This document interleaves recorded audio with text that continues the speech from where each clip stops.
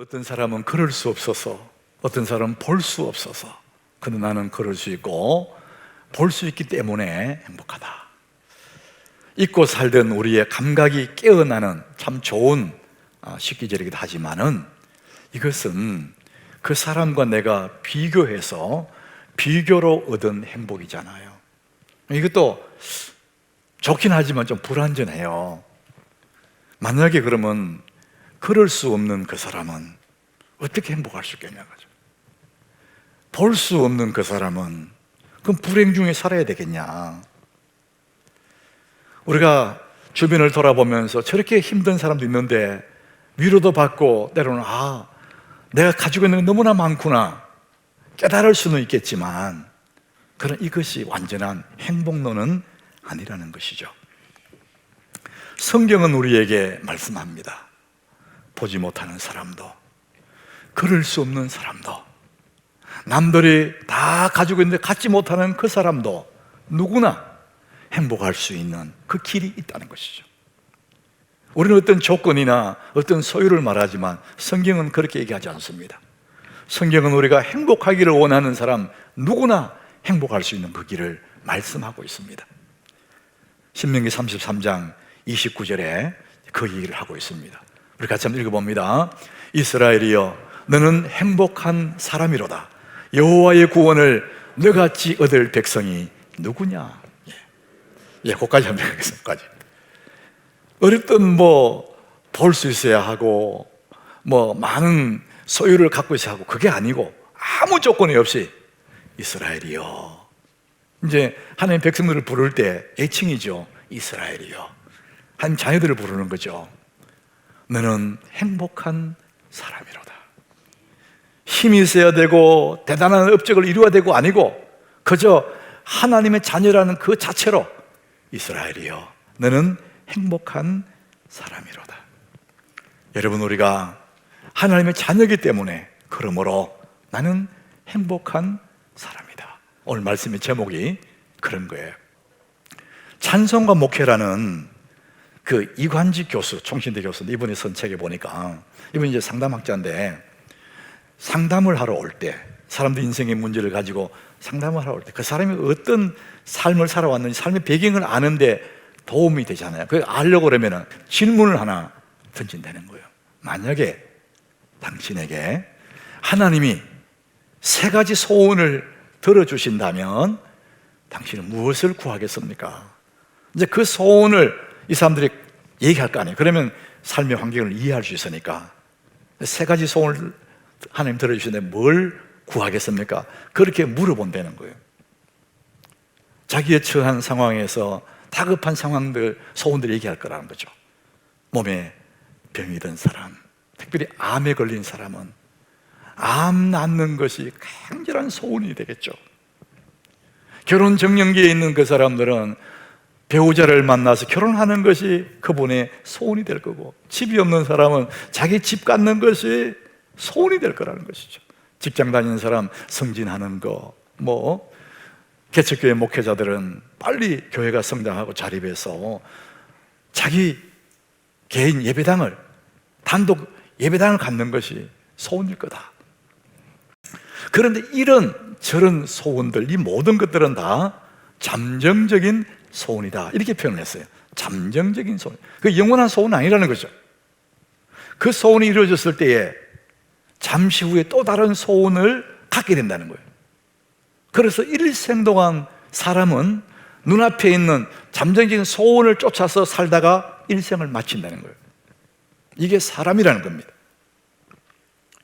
예수님은 어느 날 여리고를 지나가요. 앞을 못 보던 소경 바디메오가 막 예수님께 소리 질러요. 그래서 예수님이 가시던 걸음을 멈추고 바디메오를 불러요. 그리고 예수님이 바디메오에게 물어봅니다. 누가복음 18장에 예수님이 묻습니다. 네게 무엇하여 주기를 원하느냐?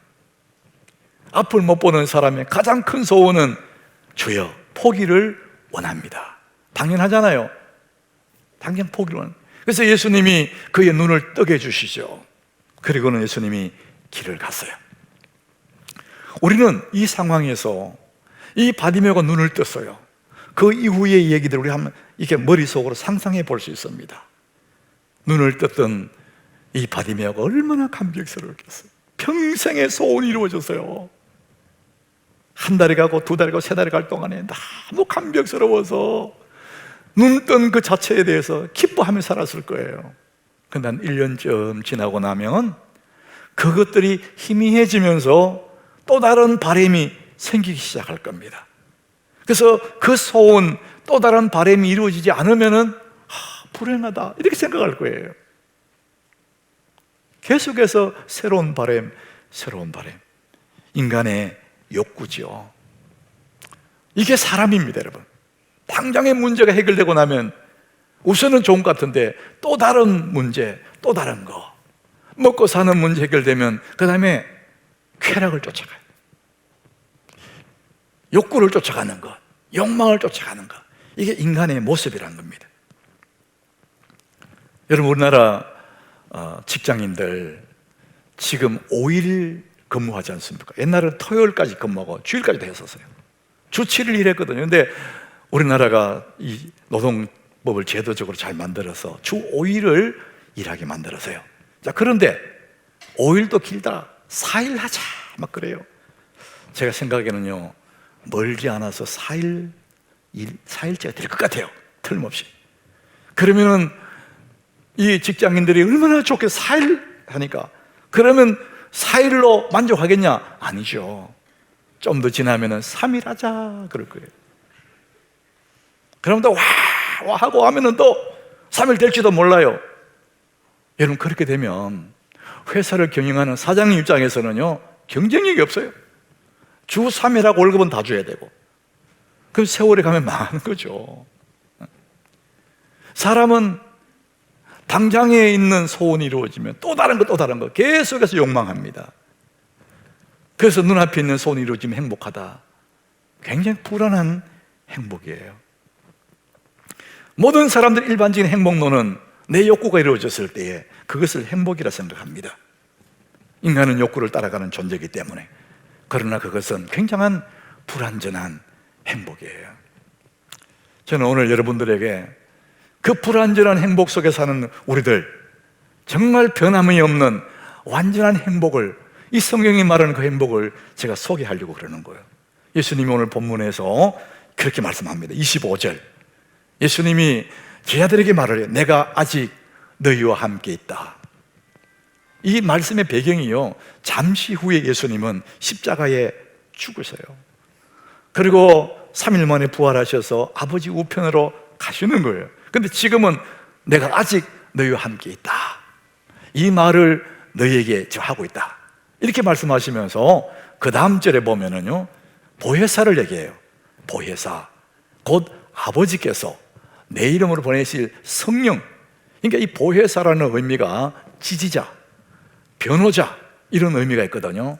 나는 지금 너희와 함께 있지만은 내가 가고 나면 나 대신해서 보혜사를 보내겠다. 그 보혜사가 뭡니까? 아버지께서 내 이름으로 보내실 성령이라는 거죠.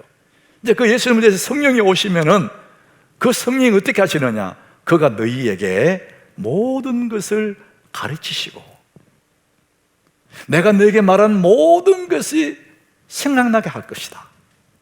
예수님 그 말씀하세요. 제자들은 지금 이해가 안 되는 거죠.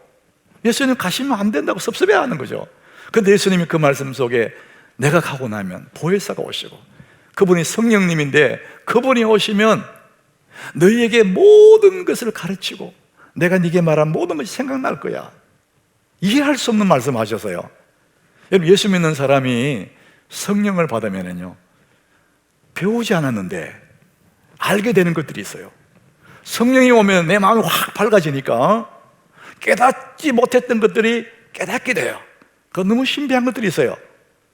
그래서 예수를 구주로 믿는 사람이 성령 받은 사람이고, 여러분, 성령이 처음 하나 임재할 때 우리 삶의 내용이 달라질 수가 있습니다.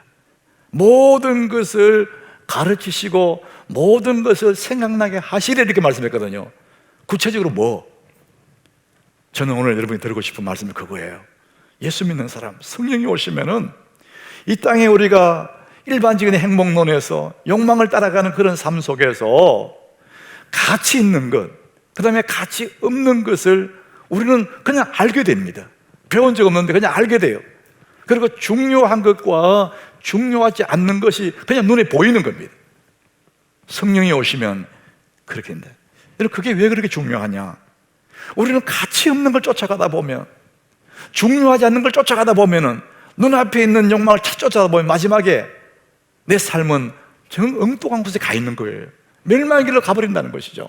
그래서 주의 성령이 오시면은 가치 있는 것과 가치 없는 것, 중요한 것과 중요하지 않는 것을 한눈에 보게 되고 알게 된다는 것이죠. 그게 뭡니까? 이 세상은 우리를, 재미를 가지고 우리를 끌고 갑니다. 재미있는 일. 최인철 교수가 말하는 행복보험 네 번째가 재미있는 일이잖아요. 사람들 다 재미를 쫓아 살아요.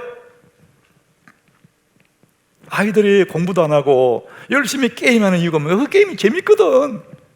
그 게임이 재밌으니까 그걸 하고 싶어 하는 거죠. 부모는 그걸 보고 저놈 자식 공부는 안 하고 왜 게임만 할까? 이렇게 말하지만요, 부모들 중에서도 그 게임이 너무 재밌어 하고 밤새 게임하는 그런 부모들이 있어요. 그 사람 오늘 못 나왔어. 여기 새벽까지 게임하다가 눈이 빠르게 잠자는 거예요. 주말이라고. 청년들 중에서도 밤새 그러다가 아침에 올 때 잠들고 하루 일과를 그냥 보내는 사람이 있어요. 재미있는 것이 행복이다 생각하거든요. 재미는 우리의 온 마음을 뺏어가 버리는. 저는 요즘 게임이 어떤 게 있는지 아무것도 모르는데, 사실은 안 하기 때문에. 근데 우리 집에 아이가 어릴 적에 그때 닌텐도 게임이라는 게 있었어요. 게임기가 TV에 연결해가지고 하는 거예요.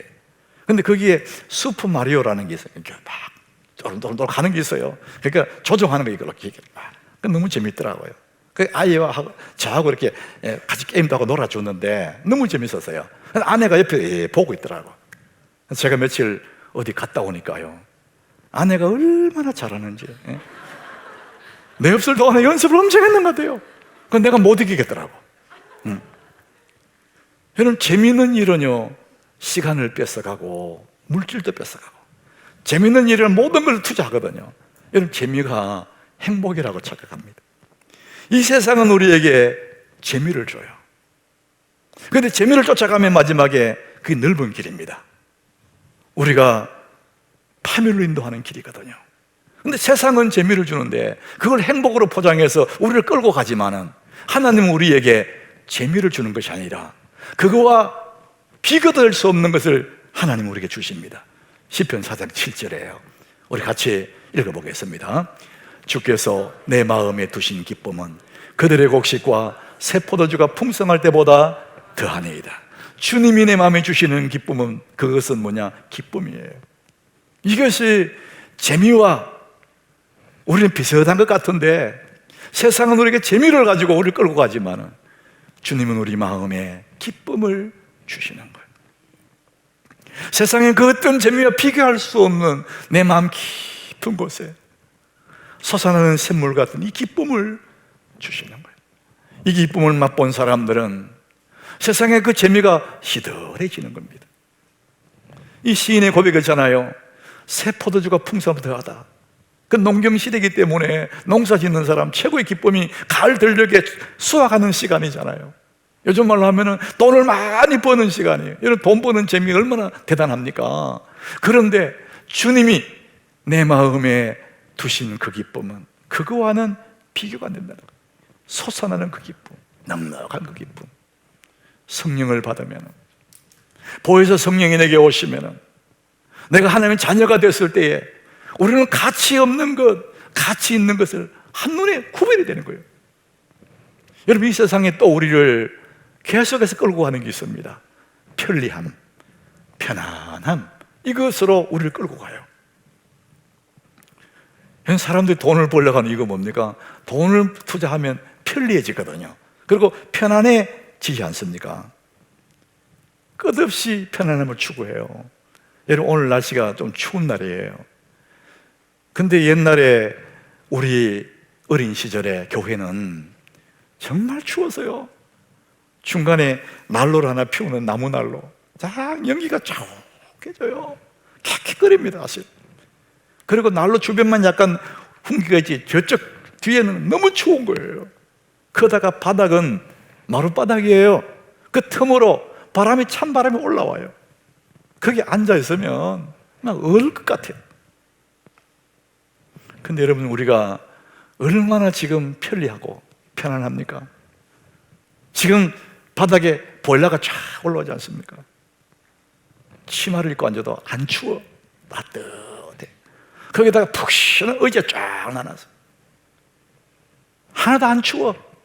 그러니까 편안하다 못해 나중에 눈도 감기고 막 잠도 올라 그래.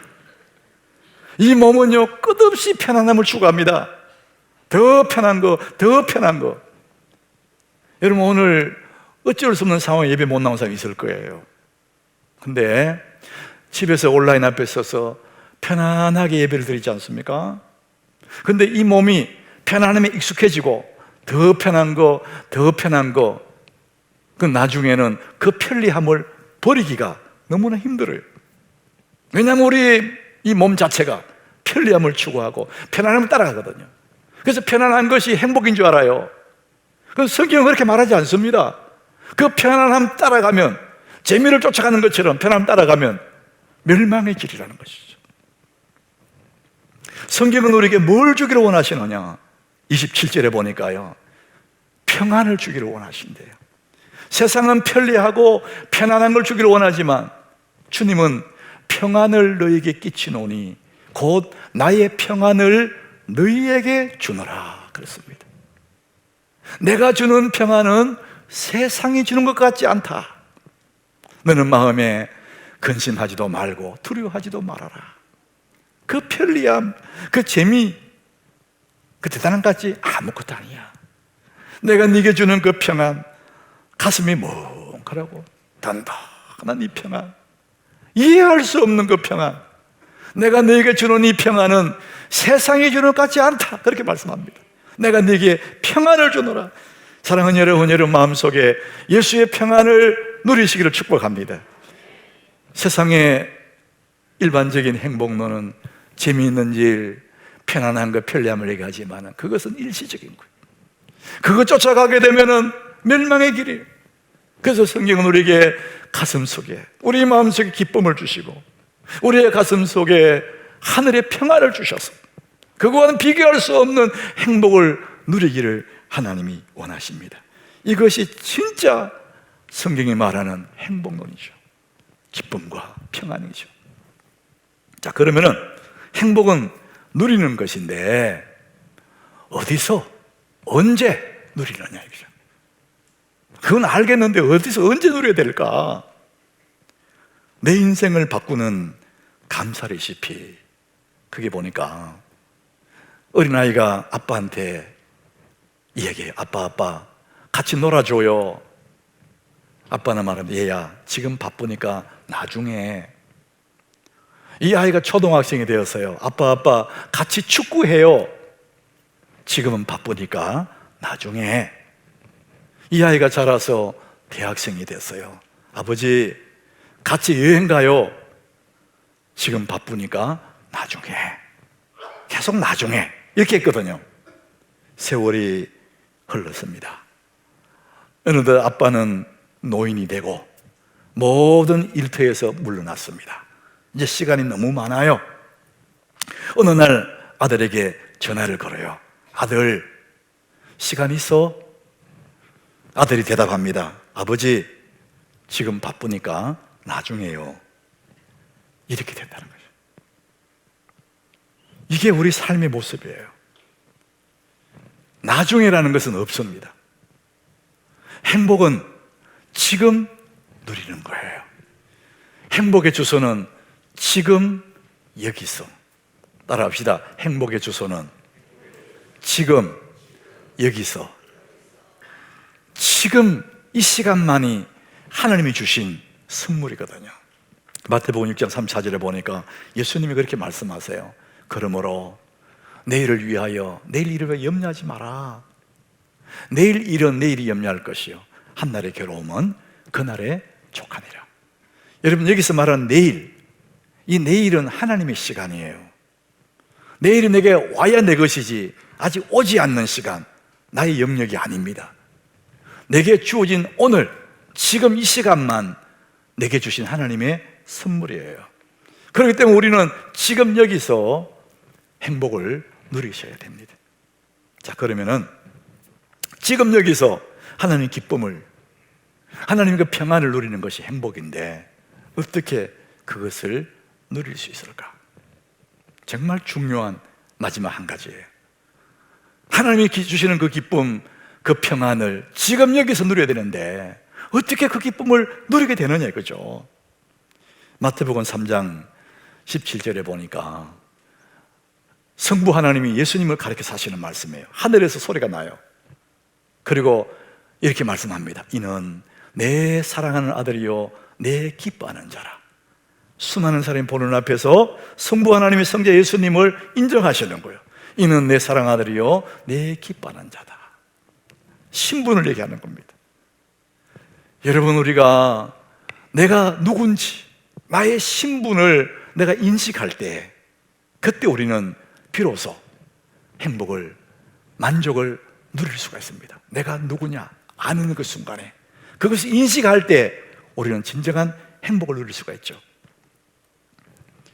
우리가 어릴 적에는 추석이나 설날이 되면 TV에 반드시 하는 드라마, 영화가 있어요. 춘향전입니다. 춘향전. 내 기억에는 설날에 주로 했던 것 같아요. 춘향전. 여러분, 춘향전은 우리 그 이야기 내용을 다 알아요. 한국 사람 모르는 사람 없어요.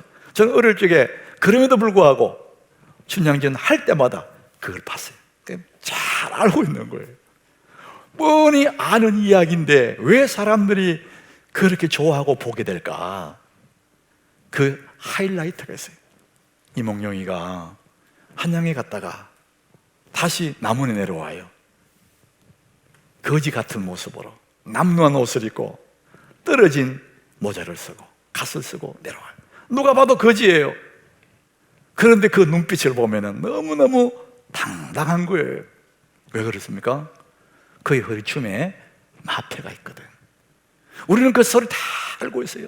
그래서 클라이막스 마지막에 허리춤에 마패를 딱 꺼내서 아명어서 출두야, 그걸 딱 기대하고 있다가 마패 딱 꺼내는 순간에 와, 우리가 막 가슴속에 감격이 일어나는 거예요. 겉으로 보기는 거지고 겉으로 보기는 그는 남루한 그런 사람에 불과하지만 그 허리춤에 마패가 있기 때문에 당당할 수 있다는 거죠. 사랑하는 여러분, 우리의 허리춤에는 하늘의 마패가 가지고 있습니다. 우리 심령에는 하늘의 마패, 예수 구원이라는 그 마패를 우리가 가지고 있습니다. 겉의 모습은 정말 사람들이 볼 때 어떻게 볼지는 모르지만 우리의 신분은 하나님의 자녀거든요. 나는 하나님의 자녀다. 그러므로 나는 행복한 사람이다. 여러분의 신분이 누구인지를 알 때 우리는 지금 여기서 행복할 수가 있는 것입니다. 우리가 많이 가져서 행복한 것도 아니고 대단한 업적을 이루어서 행복한 것도 아니고 하나님의 자녀인 그 자체만으로 행복하다는 것이죠. 신명기 33장 29절에 그것이 우리에게 말씀해 주고 있습니다. 우리 같이 한번 읽습니다. 이스라엘이여, 너는 행복한 사람이로다. 여호와의 구원을 너같이 얻는 백성이 누구냐? 그는 너를 돕는 방패시요 내 영광의 칼이시로다. 내 대적이 내가 그들의 높은 곳을 밟으리로다. 사랑하는 여러분, 여러분들은 하나님의 자녀입니다. 이스라엘이여, 너는 행복한 사람이로다. 이같이 여호와의 구원 얻을 자가 누가 있냐. 여러분, 오늘도 나는 하나님의 자녀인 것을 기억하면서 여러분 행복을 누리시는 여러분 되시기를 주의 이름으로 축복합니다.